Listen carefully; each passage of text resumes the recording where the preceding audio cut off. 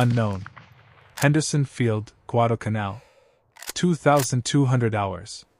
Deep within the suffocating, heavy darkness of the Solomon Islands, Private Robert Young Deere of the 164th Infantry Regiment inspects his M1 Garand rifle one final time. His unit had made landfall on the island merely 11 days prior, on October 13th, marking the moment the 1st U.S. Army formation began offensive operations against the Japanese. Now, dug into positions alongside Marines who are still equipped with bolt-action Springfield rifles, the soldiers of the 164th tighten their grip on their semi-automatic weapons, feeling the weight of 8 rounds loaded in each en-bloc clip. Cutting through the oppressive humidity and the deafening buzz of nocturnal insects, a sound emerges that chills the blood of every American soldier present. Thousands of Japanese troops initiate their charge, their voices screaming, "Banzai and Tatsugiki!" at the absolute limit of their lungs. Within the attacking force, Lieutenant Kenji Yamamoto of the 29th Infantry Regiment drives his platoon forward. His Type 38 Arisaka rifle, with its exceptionally long 31.4-inch barrel, proves unwieldy and difficult to maneuver in the dense, tangling undergrowth. The 5-round internal magazine carries 6.5 by 50 mm Arisaka rounds, and every single shot requires him to physically work the bolt action, up, back, forward, down, to chamber a round. Trailing him, newer troops carry the Type 99 rifle, chambered for the punchier 7.7 by 58 mm cartridge, yet it remains a bolt-action weapon, still restricted to 5 rounds before a pause is needed to reload with stripper clips. The events of the next 12 hours of savage combat will vividly demonstrate why American infantry held an overwhelming firepower advantage that the Japanese command never anticipated. The vast technological chasm between the semi-automatic M1 Garand and the bolt-action Arisaka rifles would prove as decisive as any tactical doctrine, revealing how industrial innovation and mass production could dictate the result of infantry combat in the world's first truly modern war. The battle poised to erupt at Henderson Field would illuminate a fundamental reality of the Pacific War. While Japanese soldiers exhibited extraordinary courage and iron determination, they were severely handicapped by rifle technology rooted in a previous era. The M1 Garand's semi-automatic action, 8-round capacity, and potent .30-06 Springfield cartridge granted American forces a rate of fire and stopping power that Japanese infantry, armed with bolt-action Arisaka rifles, simply could not hope to match. This profound disparity in small arms capability would be multiplied across thousands of engagements throughout the Pacific theater, from the steaming jungles of New Guinea to the volcanic ash of Iwo Jima, contributing significantly to the ultimate American victory. The M1 Garand was born from the mind of Canadian-American designer John Cantius Garand, who commenced his work at the Springfield Armory in 1919. Following 17 years of rigorous development, testing, and refinement, the U.S. Army officially adopted his design on January 9, 1936. Establishing America as the first nation to issue a semi-automatic rifle as standard equipment to its infantry forces.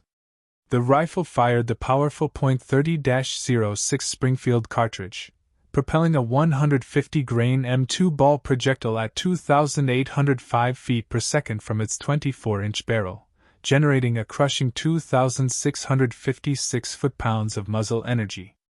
The true genius of Garand's design resided in its gas-operated rotating bolt system. A distinct portion of propellant gas was tapped from a port near the muzzle, driving an operating rod that cycled the action automatically. Each pull of the trigger discharged 1 round, with gas pressure instantly ejecting the spent casing and chambering the next round without any manual intervention from the shooter.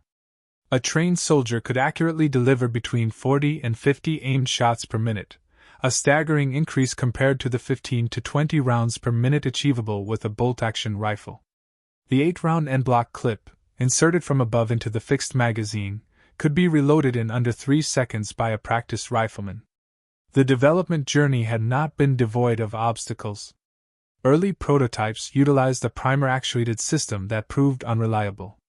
The rifle was originally engineered for the .276 Peterson cartridge, but General Douglas MacArthur intervened in 1932, insisting on retaining the .30-06 Springfield round to leverage existing ammunition stockpiles. This decision delayed production but ultimately proved fortuitous, as the powerful .30-06 cartridge offered superior long-range performance and stopping power. The Arisaka rifles traced their lineage back to Colonel Nariakira Arisaka's original Type 30 design of 1897, developed to supersede the inadequate Murata rifles then in service. By World War II, Japanese forces primarily fielded two variants, the Type 38, adopted in 1905, and the Type 99, introduced in 1939, the 2599th year of the Japanese calendar. The Type 38 fired the 6.5 by 50 mm semi-rimmed cartridge, pushing a 139-grain bullet at 2,500 feet per second, generating approximately 1,650 foot-pounds of muzzle energy. The Type 99 utilized the more powerful 7.7 by 58 mm cartridge, firing a 182-grain bullet at 2,400 feet per second with 2,300 foot-pounds of energy. Both Arisaka variants were bolt-action rifles with 5-round internal magazines loaded via 5-round stripper clips. The Type 38's exceptional 31.4-inch barrel length made it one of the longest infantry rifles ever fielded, contributing to excellent long-range accuracy but proving extremely cumbersome in jungle combat, where engagement distances rarely exceeded 100 yards. The Type 99, with its shorter 25.9-inch barrel, was more manageable but arrived too late to fully replace the Type 38 in service. The Arisaka action itself was remarkably robust. Post-war testing proved it stronger than the American Springfield, British Lee Enfield, or German Mauser actions. The rifles featured an innovative safety mechanism that could be operated silently, and the bolt design incorporated a gas escape system to protect the shooter in the event of a ruptured cartridge case. However, these engineering achievements could not surmount the fundamental limitation of manual bolt operation in an era of rapidly increasing firepower. The industrial disparity between America and Japan became starkly visible in rifle production figures. Between 1936 and 1945, American factories produced approximately 5.4 million M1 Garand rifles. Springfield Armory led production with 3.5 million rifles, while Winchester Repeating Arms Company contributed 513,880 rifles. International Harvester and Harrington and Richardson would add additional production during the Korean War. Peak production at Springfield Armory reached 4,000 rifles per day by January 1944, with Winchester achieving 600 rifles daily at their height. This massive output ensured that virtually every American infantry soldier and Marine in the Pacific carried the semi-automatic rifle by mid-1943. The U.S. military's allocation system prioritized combat units, with the Marine Corps receiving 22,000 M1 Garands per month in early 1943 despite their initial reluctance to adopt the rifle. By the end of fiscal year 1942, the Marine Corps possessed 62,886 M1 Garands, though not all had reached frontline units. Japanese production presented a starkly different picture. From 1905 to 1945, Japan manufactured approximately 3 million Type 38 rifles across multiple arsenals, including Koishikawa, later Tokyo, Kakura, Nagoya, and Mukden Arsenal in occupied Manchuria. Type 99 production from 1939 to 1945 reached roughly 3.5 million units manufactured at 9 different arsenals, including 2 outside Japan proper, Mukden in Manchukuo and Jinsen in Korea. Despite these substantial numbers totaling over 6 million rifles, Japan never achieved the production rates necessary to fully modernize their infantry arms. Many second-line troops, garrison forces, and naval infantry units still carried Type 38 rifles at war's end, creating logistics complications with 2 different ammunition types in use. American M1 Garand production maintained remarkably consistent quality throughout the war. Springfield Armory's quality control procedures rejected any rifle that failed to group within 5 inches at 100 yards. Interchangeability of parts between rifles from different manufacturers was strictly enforced through detailed specifications and gauging requirements. A damaged M1 Garand could be repaired in the field using parts salvaged from other rifles, regardless of manufacturer. The adoption of improved heat treatment processes in 1942 actually increased receiver strength over pre-war production. The finishes evolved for practicality rather than economy. The switch from blued steel to parkerizing improved corrosion resistance in tropical environments. Walnut stocks gave way to birch and other hardwoods due to walnut shortages, but functionality never suffered. Late war simplifications included stamped trigger guards replacing milled ones, but these changes were thoroughly tested to ensure reliability. Japanese manufacturing quality, conversely, deteriorated markedly as the war progressed. Early Type 99 rifles featured remarkable innovations: chromeline barrels, actually the first military rifle with this feature, anti-aircraft sights with folding arms for leading aerial targets, dust covers to protect the action, and integral wire monopods for stability.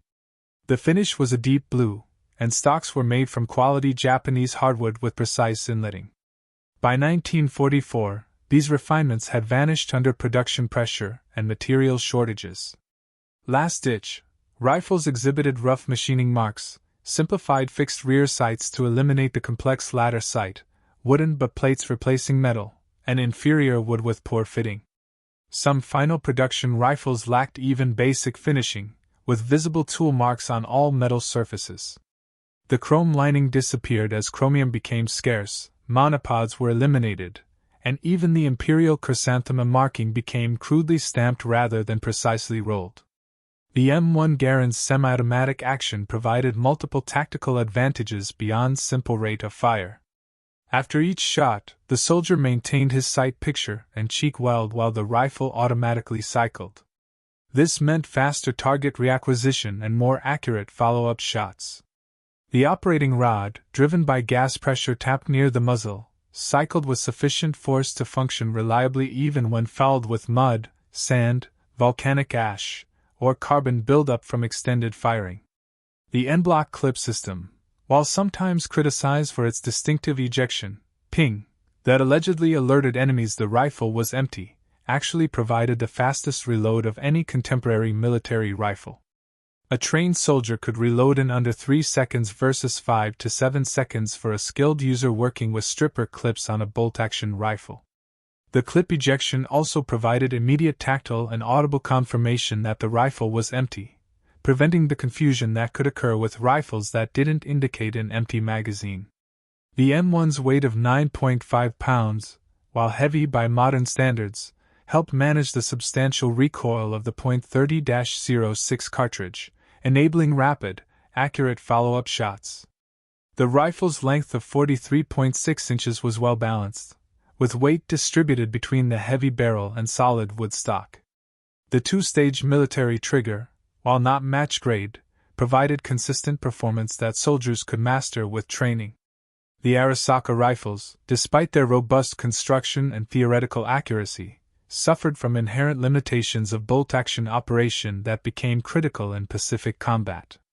After each shot, the soldier had to manually cycle the bolt through 4 distinct movements, rotating the bolt handle upward, pulling it fully rearward to extract and eject the spent case, pushing it forward to strip a fresh round from the magazine and chamber it, then rotating the handle down to lock. This process broke the shooter's firing position, disrupted sight alignment, and required 2 to 3 seconds even for a well-trained soldier. The Type 38's extreme length of 50.3 inches made it particularly unsuitable for jungle warfare. Japanese soldiers found the rifle catching on vines, difficult to swing onto targets in dense vegetation, and nearly impossible to use effectively in bunkers or fortified positions.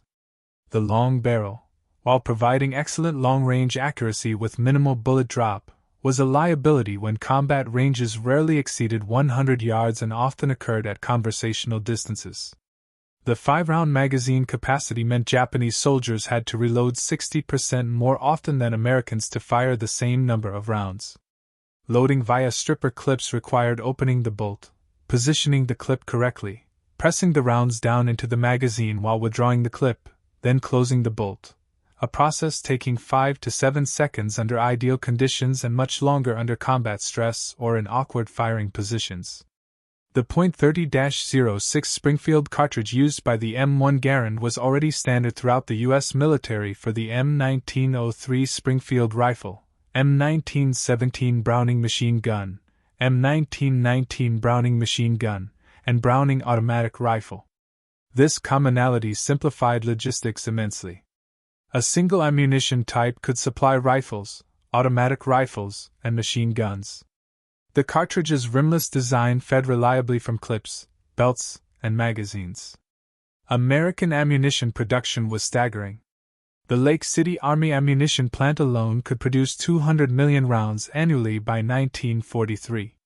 Frankfurt Arsenal, Denver Ordnance Plant, and other facilities added hundreds of millions more rounds. Quality control ensured consistent ballistics. M2 ball ammunition maintained a velocity variation of less than 40 feet per second between lots. Japanese forces faced a more complex ammunition situation. Units equipped with Type 38 rifles required 6.5 by 50 mm semi-rimmed ammunition, while those with Type 99s needed 7.7 by 58 mm rounds. The 6.5 mm round, while generating less recoil and allowing soldiers to carry more ammunition, proved inadequate against covered positions and lacked stopping power. The 7.7 mm round addressed these deficiencies but created a dual supply requirement. This two-caliber system created persistent logistics problems. Documented instances include the 23rd Infantry Regiment on Guadalcanal receiving 7.7 mm ammunition for their Type 38 rifles, rendering both weapons and ammunition useless. Similar mix-ups occurred during the Philippines campaign and on isolated island garrisons. The semi-rim design of the 6.5 mm cartridge occasionally caused feeding problems in tropical conditions where ammunition became corroded. When the U.S. Army's 164th Infantry Regiment, a North Dakota National Guard unit, arrived at Guadalcanal on October 13, 1942, they brought with them something the Marines desperately wanted: M1 Garand rifles. The Marines, still armed primarily with M1903 Springfield bolt-action rifles, watched with a mixture of envy and skepticism as the Army soldiers unloaded their semi-automatic weapons. During the climactic battle for Henderson Field on October 24 to 25, 1942, the advantages became undeniably clear. Staff Sergeant Mitchell Page, though a Marine armed with a machine gun rather than a rifle, fought alongside soldiers of the 164th and witnessed their firepower firsthand. Private First Class James Cass of Company M, 164th Infantry, later recalled, "The Japs came at us in waves, barely visible in the darkness except for the glint of their bayonets. With our Garands, we could put 8 rounds into them before they covered 30 yards. Each man was like a machine gun section. We'd fire, the rifle would cycle itself, and we'd fire again. No working a bolt, no breaking our sight picture. Just squeeze boom, 8 times before reloading." The 164th's companies were fed into the line piecemeal as the Japanese attack developed, reinforcing Marine positions that were beginning to buckle. The devastating semi-automatic fire from the fresh Army troops helped stabilize the line. Colonel Bryant Moore, commanding the 164th, reported that his men expended over 250,000 rounds of .30-06 ammunition in the 2-day battle. Japanese bodies stacked up in front of positions held by the 164th, many killed by the rapid, accurate fire of M1 Garands. Marine Private Robert Leckie, who would later write the memoir Helmet for My Pillow, observed the Army troops in action. "We thought they were green, these dog-faces with their newfangled rifles. But when the Japs charged, those Garands spoke with a voice we'd never heard before. It was like a continuous roar, not the sporadic crack of our Springfields." Sergeant Maso Watanabe of the 29th Infantry Regiment, 2nd Division Sendai, survived the October offensive at Guadalcanal. In his post-war memoir discovered in Japanese military archives, he wrote, "We were told the Americans were soft, that our Yamato spirit would overcome their material advantages. Our officers assured us that one Japanese soldier was worth 10 Americans. But when we charged their lines that October night, it was like running into a wall of lead. Every American soldier seemed to have an automatic weapon. Our Arisaka rifles, which we operated the same way our fathers had in the Russo-Japanese War, felt like antiques. We would fire once, work the bolt while taking cover, then fire again. In that same time, the Americans had already fired 4 or 5 rounds. Watanabe noted that Japanese tactics developed against Chinese forces, often armed with older weapons or limited ammunition, proved suicidal against American firepower. The Banzai charge that had scattered Chinese conscripts melted away before American rifles that never seemed to stop firing. We could not get close enough to use our bayonets. Our supposed advantage in spirit and close combat meant nothing when we were shot down 50 meters from their lines. Lieutenant Hiroshi Takahashi of the 230th Infantry Regiment provided another perspective, in a letter found on his body. The American automatic rifles are devastating. Each soldier can fire as fast as our light machine guns. When we advance, it sounds like we are attacking a position defended entirely by machine guns. Our men fall before they can work their rifle bolts for a second shot. At Cape Gloucester in December 1943, Marines of the 1st Marine Division, now fully equipped with M1 Garands after their earlier experience on Guadalcanal, landed in torrential rain on New Britain. Private First Class Eugene Sledge, author of With the Old Breed, later wrote about the M1's performance in the horrific conditions. That Garand was the most reliable piece of equipment we had. In rain that came down like waterfalls, in mud that sucked at you like quicksand, that rifle kept firing. The Japs with their bolt actions couldn't match our rate of fire. When they tried to set up positions in the jungle, we could put so much lead into the trees that leaves would fall like rain. Marine Sergeant John Basilone, who would earn the Medal of Honor on Guadalcanal primarily for his actions with machine guns, also carried an M1 Garand as his personal weapon. He noted, "The Garand gave every Marine the firepower of 3 men with bolt-action rifles. In the jungle, where you might only get a glimpse of the enemy for a second or two, being able to fire multiple shots without working a bolt meant the difference between killing him or him escaping to kill you later." During the Battle of Saipan in June 1944, the largest Banzai charge of the Pacific War saw over 3,000 Japanese soldiers assault American lines in a desperate pre-dawn attack. On July 7, Private First Class Harold Agaholm of the 4th Marine Division, armed with his M1 Garand, helped repel the massive assault. Corporal John Miller recalled, "The Japs came at us shoulder to shoulder, screaming like banshees. Our Garands never stopped firing. As fast as we could pull the trigger, we fired. The ping of empty clips ejecting was constant, like some deadly music. The Japs with their bolt actions couldn't match our volume of fire. They'd get 1 shot off, maybe 2 if they were lucky, before our semi-autos cut them down." On Peleliu in September 1944, the 1st Marine Division faced Japanese forces who had learned from earlier defeats. Instead of Banzai charges, they defended from fortified positions. But even in this defensive role, the bolt-action Arisaka proved inferior. Marine Corporal R.V. Bergen recalled, "When we spotted a position, we could saturate it with rifle fire. 4 or 5 of us with Garands could put 40 rounds into a cave mouth in the time it took them to fire 5 or 6 shots back. We'd keep their heads down while other Marines maneuvered with flamethrowers or demolitions." American training doctrine for the M1 Garand emphasized exploiting the rifle's semi-automatic capability while maintaining accuracy. At training camps across the United States, Fort Benning, Camp Perry, Fort Ord, and dozens of others, soldiers spent weeks mastering their rifles. The standard qualification course required engaging targets from 100 to 500 yards, with emphasis on rapid target engagement and smooth trigger control. The Army's Field Manual 23-5, Basic Field Manual U.S. Rifle, Caliber .30, M1, specified that soldiers should achieve a sustained rate of 40 to 50 aimed shots per minute in combat. Training emphasized the sight picture hold, maintaining proper sight alignment between shots since the semi-automatic action didn't require breaking position. Soldiers learned to fire, observe impact, adjust, and re-engage quickly, taking full advantage of the M1's capability. Ammunition allocation for training was generous by any standard. Basic trainees fired a minimum of 210 rounds during qualification, with additional ammunition for advanced training. Combat units preparing for deployment often fired thousands of rounds per soldier. This extensive live-fire training built muscle memory and confidence that proved invaluable in combat. The Marine Corps, initially skeptical of the M1 Garand due to concerns about ammunition waste and degradation of marksmanship standards, eventually developed even more intensive training programs.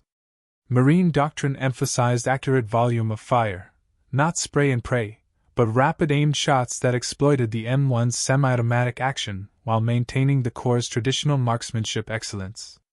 Japanese marksmanship training, rooted in samurai traditions of precision and discipline, emphasized the philosophy of one shot, one kill, Ichigeki Hisatsu. This principle reflected both spiritual beliefs about the warrior's focus and the practical limitation of bolt-action rifles. Japanese soldiers underwent extensive training at long range, with the Type 38's exceptional accuracy at distance considered a primary virtue. The Imperial Japanese Army's training manual stated, "The spirit of the attack must be the primary weapon of the infantry. The rifle and bayonet are merely extensions of the warrior's will." This emphasis on spiritual factors over material ones would prove catastrophic against American firepower. Japanese soldiers trained extensively in bayonet fighting, with daily practice and kata-like movements. The Type 38's exceptional length made it superior to most rifles and bayonet fighting in theory. However, Pacific combat rarely offered the clear, long-range shots for which Japanese soldiers had trained. The jungle terrain of Guadalcanal, New Guinea, and other battlefields limited visibility to mere yards. The Banzai charges that had succeeded against poorly equipped Chinese forces or colonial troops met devastating failure against semi-automatic rifle fire. The sound of massed M1 Garand fire became a psychological weapon in itself. The rapid, rhythmic crack of semi-automatic fire, punctuated by the distinctive metallic ping of ejecting clips, had a demoralizing effect on Japanese forces. A captured Japanese training document from 1943 instructed soldiers, "The American automatic rifles create a sound like many machine guns firing. Do not be discouraged by this volume of fire. Remember your spiritual superiority and press forward with determination." However, spiritual superiority proved inadequate against material reality. Japanese soldier Yukio Nakamura, captured on Saipan, told interrogators, "We were told Americans were cowards who relied on machines instead of warrior spirit. But their rifles, that fired without stopping. It was like fighting against a machine, not men. Our officers told us to charge with our bayonets, but we were cut down before we could get close enough to use them." Conversely, American troops gained immense confidence from their firepower advantage. Marine Corporal James Russell recalled, "Knowing you could put 8 rounds downrange as fast as you could pull the trigger, it made you feel invincible. When the Japs charged, you didn't panic. You just started shooting and kept shooting until they stopped coming, or you heard that ping telling you to reload." At the squad level, the M1 Garand's advantage became even more pronounced. An American rifle squad of 12 men, armed with 10 M1 Garands and 2 Browning automatic rifles, could deliver 400 to 500 aimed rounds per minute in sustained fire. A comparable Japanese squad with Arisaka rifles might manage 150 to 180 rounds per minute, assuming well-trained soldiers managing maximum bolt-action speed. This disparity fundamentally altered small unit tactics. American squads could effectively conduct fire and maneuver, with one fire team laying down suppressive fire while another advanced. The volume of accurate semi-automatic fire could keep enemy heads down, allowing American forces to close with and destroy Japanese positions. Japanese squads, limited by their bolt-action rifles, struggled to generate sufficient suppressive fire while maintaining mobility. At the company level, typically 200 men, the difference became overwhelming. An American rifle company could deliver devastating defensive fire against Japanese attacks. During the October 24, 25 battle for Henderson Field, companies of the 164th Infantry Regiment demonstrated this capability. Company G, 164th Infantry, reported expending 30,000 rounds of .30-06 ammunition in one night of fighting, an average of 150 rounds per man, while suffering only light casualties. The mathematics were inexorable. A Japanese battalion of 800 men conducting a Banzai charge faced American companies capable of putting 8,000 aimed rounds downrange per minute. Even accounting for darkness, confusion, and fear, the volume of semi-automatic fire created kill zones that human courage alone could not overcome. The M1 Garand's superiority contributed directly to the success of the American island-hopping strategy. American forces could land on Japanese-held islands, confident in their ability to establish and hold beachheads against counterattacks. The firepower of M1-equipped infantry meant smaller forces could hold larger perimeters, allowing rapid buildup of forces for breakout operations. On island after island, Tarawa, Kwajalein, Eniwetok, Saipan, Guam, Peleliu, Iwo Jima, Okinawa, the pattern repeated.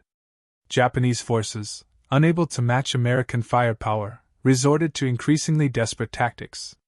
Banzai charges gave way to defense in depth, but even in fortified positions, the slow rate of fire from bolt-action rifles meant Japanese soldiers could rarely exploit opportunities when Americans exposed themselves during assault. The Japanese military's retention of bolt-action rifles stemmed significantly from their victory in the Russo-Japanese War of 1904 to 1905. In that conflict, Japanese infantry armed with Type 30 and Type 35 Arisaka rifles had defeated Russian forces through superior training, discipline, and tactical innovation.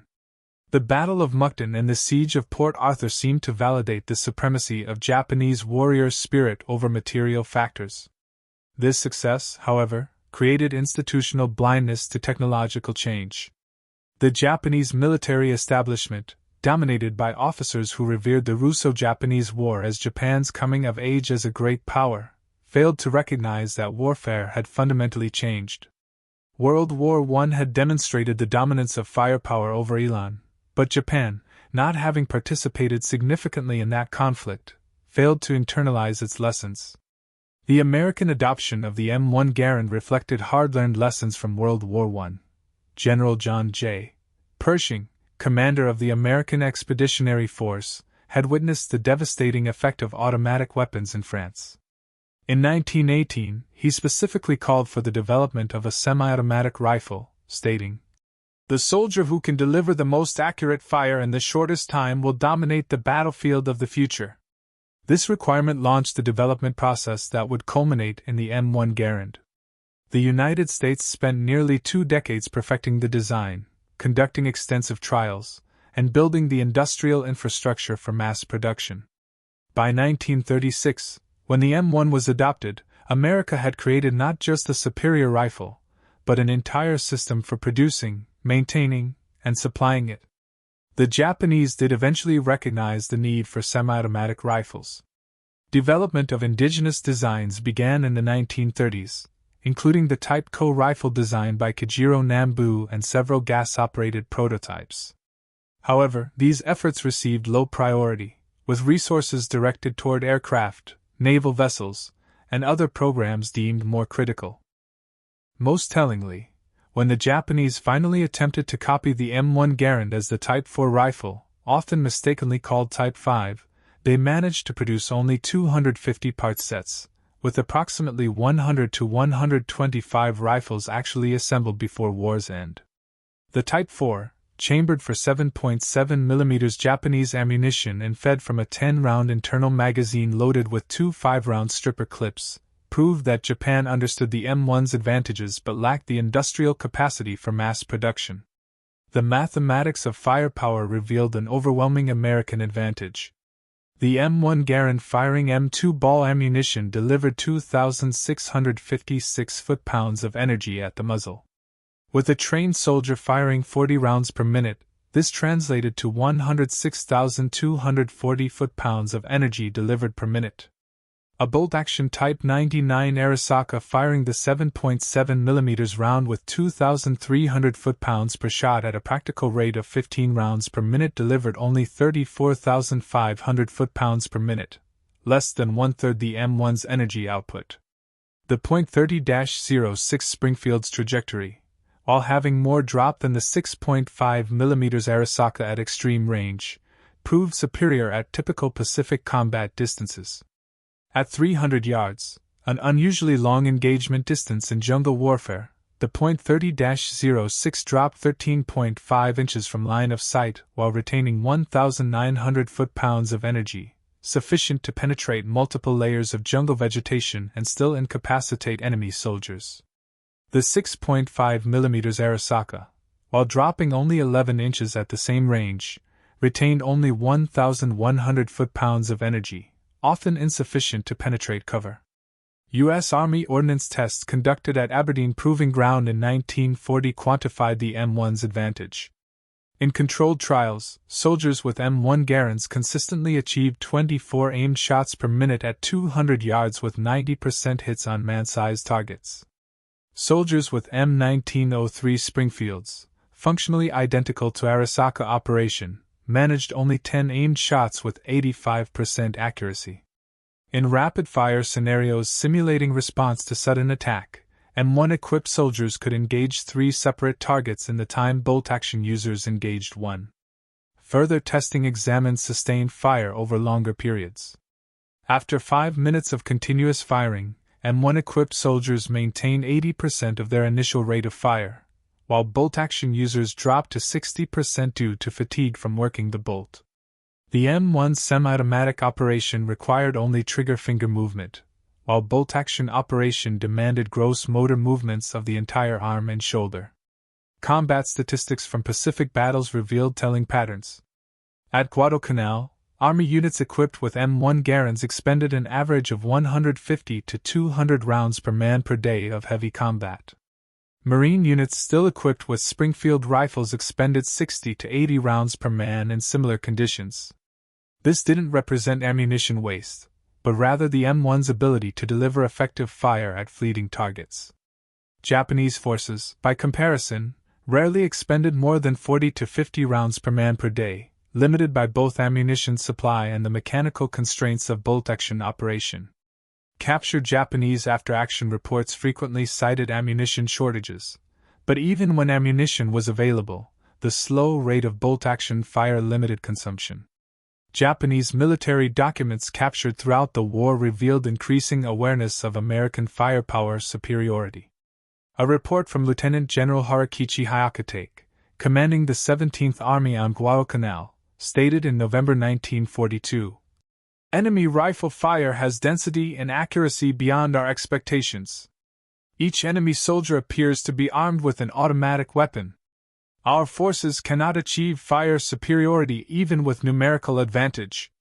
Recommend emphasis on night operations and infiltration tactics to negate enemy firepower advantage." By 1944, Japanese tactical doctrine had evolved to acknowledge American material superiority.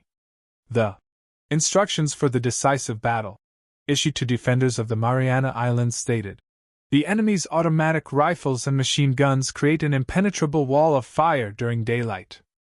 All attacks must be conducted at night or under cover of adverse weather. Daytime movement invites annihilation." Lieutenant General Tadamaki Kuribayashi, the brilliant defender of Iwo Jima, wrote in January 1945, "The American automatic rifles are remarkable weapons. Each soldier possesses firepower equal to 3 or 4 of our riflemen. We must not waste lives in futile banzai charges against such firepower. Instead, we will make them pay for every meter of ground from fortified positions." His defensive strategy, avoiding suicidal charges in favor of defense in depth, prolonged the battle but could not overcome American material superiority. The Japanese made several attempts to increase infantry firepower. The Type 100 submachine gun, introduced in 1942, was intended to provide automatic fire capability. However, production reached only about 27,000 units by war's end, insufficient to make a strategic difference.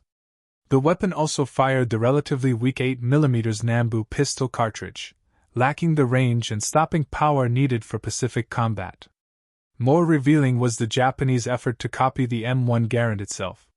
When American forces captured the Yokosuka Naval Arsenal in 1945, they discovered the Type 4 rifle program. Engineers at Yokosuka had reverse-engineered captured M1 Garands, modifying the design to use Japanese 7.7mm ammunition and feed from a 10-round internal magazine loaded with standard 5-round stripper clips. The Japanese had even improved certain aspects using a rubber recoil pad and adding a last-round bolt hold-open feature. However, Japanese industry proved incapable of mass-producing this complex design. While they had manufactured parts for approximately 250 rifles, only 100 to 125 had been assembled into complete weapons. The Type 4 program revealed that Japanese military engineers fully understood the M1's advantages but lacked the industrial infrastructure to produce it in meaningful numbers. Beyond industrial limitations, Japanese military culture resisted emphasizing material factors over spiritual ones. Colonel Masanobu Tsuji, a staff officer who served in multiple theaters, wrote after the war, "We knew the Americans had superior weapons, but to acknowledge this openly would have destroyed troop morale. We had to maintain belief in spiritual superiority even as our soldiers were mowed down by American automatic weapons." This cultural resistance extended to training. Even as late as 1944, Japanese infantry training emphasized bayonet practice and night infiltration over marksmanship. The official infantry manual devoted 3 pages to rifle marksmanship but 12 pages to spiritual preparation and bayonet fighting. This imbalance reflected deep-seated beliefs about the nature of warfare that technical realities could not easily overturn. The Battle of Okinawa, April through June 1945, provided the ultimate test of American firepower versus Japanese determination. Here on Japan's doorstep, 180,000 American troops faced 120,000 Japanese defenders in what would become the bloodiest Pacific battle. The Japanese, under Lieutenant General Mitsuru Ishijima, had learned from previous defeats. Instead of wasteful banzai charges, they prepared elaborate defensive positions in Okinawa's rocky terrain. Yet, even in defense, the limitations of bolt-action rifles proved critical. When American forces advanced, Japanese defenders armed with Arisaka rifles could rarely deliver sufficient volume of fire to stop them. Private First Class Desmond Doss, the conscientious objector medic who would receive the Medal of Honor, later described the sound of American rifles supporting his rescue efforts. "The Garands were firing so fast it sounded like one continuous roar. Our boys could keep Japanese heads down while I went out for wounded. If they'd all had bolt-action rifles like the Japanese, I never could have saved those men." On May 4, 1945, the Japanese launched their only major counteroffensive of the battle. 5,000 Japanese soldiers attacked American lines in a coordinated assault designed to break through to the American rear areas. The attack began at 0430 hours with the largest artillery barrage Japanese forces had managed in the Pacific War, 12,000 rounds in 30 minutes. As Japanese infantry emerged from their positions and charged across open ground, they met a wall of American fire. Private First Class Martin Brennan of the 17th Infantry Regiment recalled, "They came at us in waves, but not the wild banzai charges we'd seen before. These were organized attacks with fire support, but our Garands never stopped firing. 8 shots, ping, reload, 8 more shots. The noise was incredible. The Japanese with their bolt actions would fire once, maybe twice. Then our semi-auto fire would cut them down." The attack shattered against American firepower with horrific Japanese losses, 4,000 dead versus 714 American casualties. The rapid fire of thousands of M1 Garands, supported by automatic weapons and artillery, created killing fields where Japanese courage could not overcome material disadvantage. Even when Japanese soldiers reached American lines, the close-range firepower advantage of semi-automatic rifles proved decisive. Sergeant William Manchester, who would later become a renowned historian, fought on Okinawa with the 29th Marines. He wrote, "The M1 rifle was our best friend. In the chaos of close combat, being able to fire 8 times without working a bolt saved countless American lives. I saw Japanese soldiers trying to work their bolt actions while under fire, their hands shaking, fumbling with the mechanism while our boys simply kept pulling triggers." Planning for Operation Downfall, the invasion of Japan scheduled to begin with Operation Olympic in November 1945, assumed the M1 Garand would play a crucial role. military planners studying casualty rates from Okinawa calculated that American forces would need massive firepower superiority to overcome expected Japanese resistance on the home islands. Production plans called for 500,000 replacement M1 rifles for the operation, with Springfield Armory and Winchester increasing production to a combined 2,000 rifles daily by August 1945. International Harvester was scheduled to begin production at a third facility. The ammunition requirement was staggering. Planners estimated needing 100 million rounds of .30-06 monthly for rifle use alone, testimony to the volume of fire expected from M1 equipped troops. Intelligence estimates suggested Japanese homeland defense would include 2.5 million Arisaka rifles in military hands, plus millions more distributed to civilian militia units. However, many of these were training rifles, obsolete models, or last-ditch, single-shot weapons. The Type 99 substitute standard rifles being produced in 1945 were so crude that American intelligence questioned their safety for the user. American planners calculated that each invasion beach would require suppression of Japanese positions by naval gunfire and aerial bombardment, followed by assault troops whose M1 Garands would provide the volume of fire needed to overcome defenders. Studies of Pacific battles showed that American forces with semi-automatic rifles suffered 40% fewer casualties than projected for troops armed with bolt-action rifles in similar situations. The Japanese, recognizing their firepower disadvantage, planned to rely on suicide tactics, using civilians as human shields and close-quarters combat in urban areas where rifle advantages would be minimized. Secret Japanese plans discovered after the war revealed desperate measures: bamboo spears for civilians, suicide swimmers with explosive charges, and even programs to spread biological weapons. The Arisaka rifle, once the pride of the Imperial Army, had been relegated to just one component of a desperate defense. The atomic bombings of Hiroshima and Nagasaki ended the war before Operation Downfall commenced.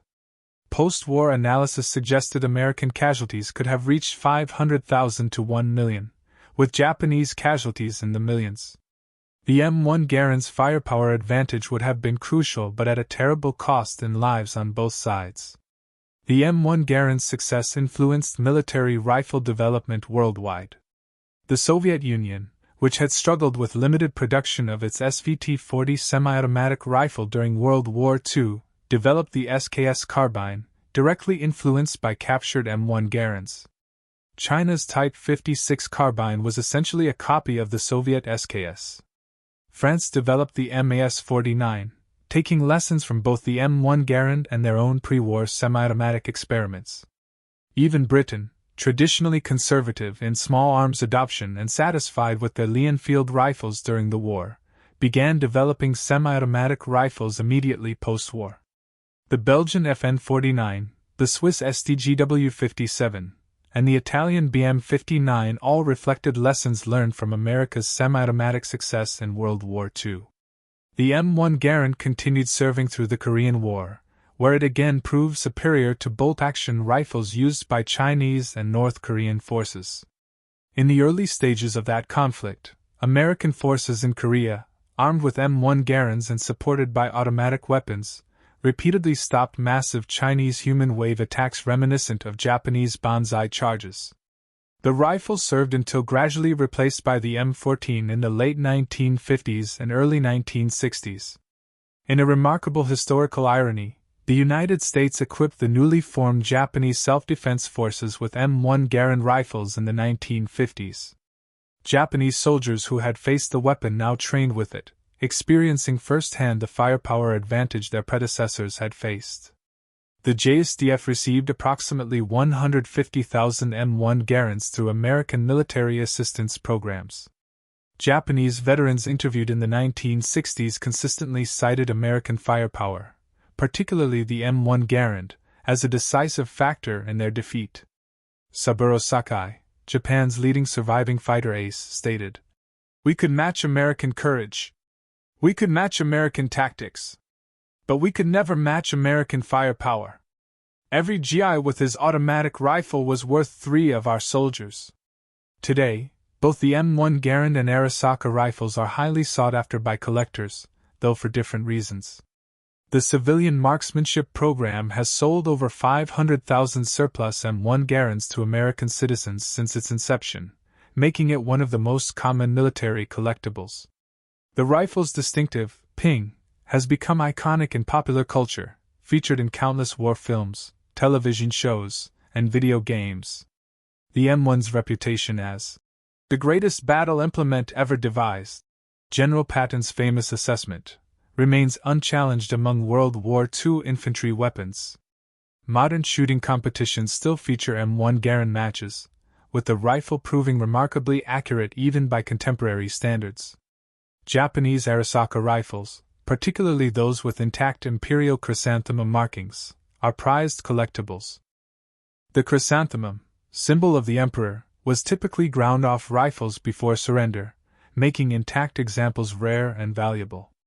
Modern testing has proven the Arisaka action to be exceptionally strong, stronger even than the Mauser or Springfield actions, but this strength could not overcome the fundamental disadvantage of bolt-action operation. Interestingly, both rifles have seen combat in the 21st century. M1 Garands have appeared in conflicts in the Middle East, supplied decades ago through military aid programs. Arisaka rifles have been documented in use by insurgent forces in Afghanistan and Myanmar, testament to the durability of the design, even if tactically obsolete.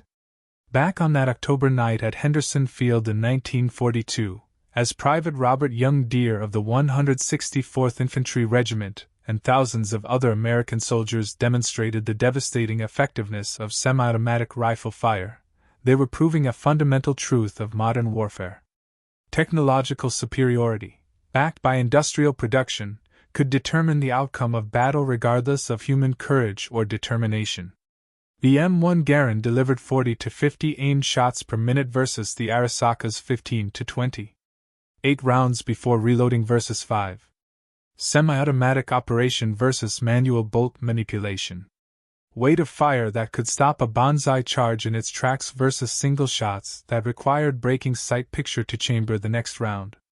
These mathematical realities, multiplied across millions of individual firefights from Guadalcanal to Okinawa, helped determine the Pacific War's outcome. Lieutenant Kenji Yamamoto, who led that charge on October 24, 1942, with his Type 38 Arisaka, did not survive to see the dawn.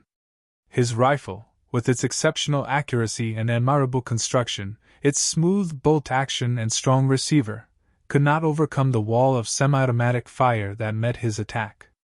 Found after the battle, his weapon had 3 rounds remaining in the magazine. He had managed to fire only twice while advancing 100 yards under the concentrated fire of M1 Garands. Around him lay dozens of his soldiers, most with full or nearly full magazines in their Arisakas, having been cut down before they could effectively return fire.